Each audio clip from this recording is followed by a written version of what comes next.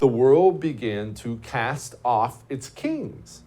This wasn't just a European phenomenon. China was no different. The world began to tire of kings and began to toss them off. Now, you, an American, I guess we have a bunch of people who aren't American who watch the show, but if you're an American and I say tossing out a monarch or a king, you probably sit back and cheer, woohoo! Wave the red, white, blue, give me a beer. That's a natural response if you're an American who talks about tossing off a king.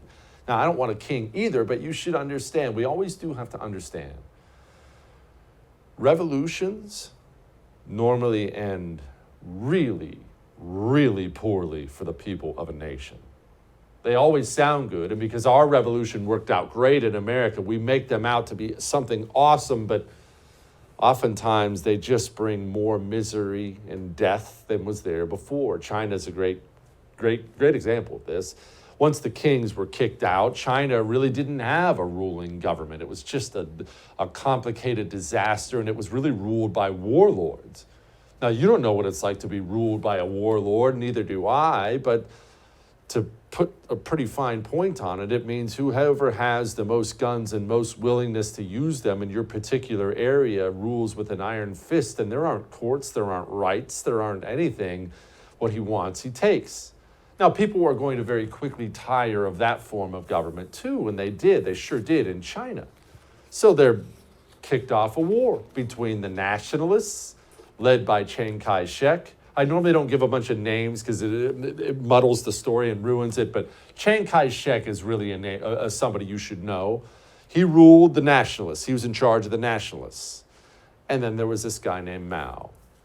He eventually led the communists, but not at the beginning. You see, Mao was the child of a rich farmer, very, very well-off farmer. Amazing how many of these horrific, murderous communist dictators end up growing up rich. But he's a rich child of a farmer, reportedly did love to read a lot as a child. And eventually, he spent some time in Peking, and he gets a hold of this concept of communism. Sounds good. Lenin. This is when all this Soviet Union stuff was rising, right? And Mao decides this is a very good idea. Only he decided it was a good idea, but he thought he could put it into place in China in a different way than the Soviet Union did. Just hang with me a minute. In the Soviet Union, communism was really about the urban laborers. That's where they thought their power base was. The urban laborers go into some big factory somewhere, and the workers are being worked too long and don't have enough food. And it's easy to gather those guys around and rally them up and say, look, you should have more. And that was really where the communists in the Soviet Union saw his base. Mao had several rifts with the Soviet Union over this. Mao saw China as being wholly different. Mao, he believed the base for their communists would be found in the hinterlands, in the rural areas, the rural farmer. He would be easy to bring into communism. And so began a really, really horrific conflict between China's nationalists and China's communists to see who would eventually rise to power there.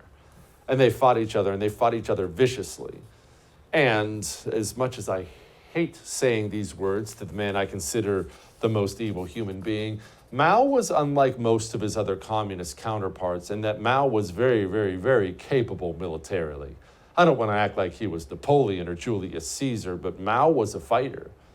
American Marines that say fought in the Pacific, some of our best leaders, they learned guerrilla tactics under Mao. Mao was good. He was good at what he did. Mao also loved torture.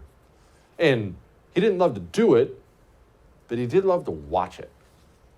One of Mao's favorite forms of torture, he really enjoyed this one, is called leg breaking or knee breaking. It actually has a bunch of different names for it, where he would, if Mao disliked you, have you strapped down with your legs pushed out in front of you straight like this. He would have ties over your knees, ties over your ankle region, and they would begin to insert things under your feet with your knees tied down and begin to lift your legs up until all the tendons and ligaments snap, and sometimes he would do it so long the knees would flat out bend the other way. Most people never ever walked again, and those are the ones Mao didn't shoot.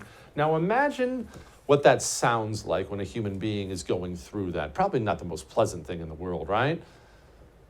Mao loved it.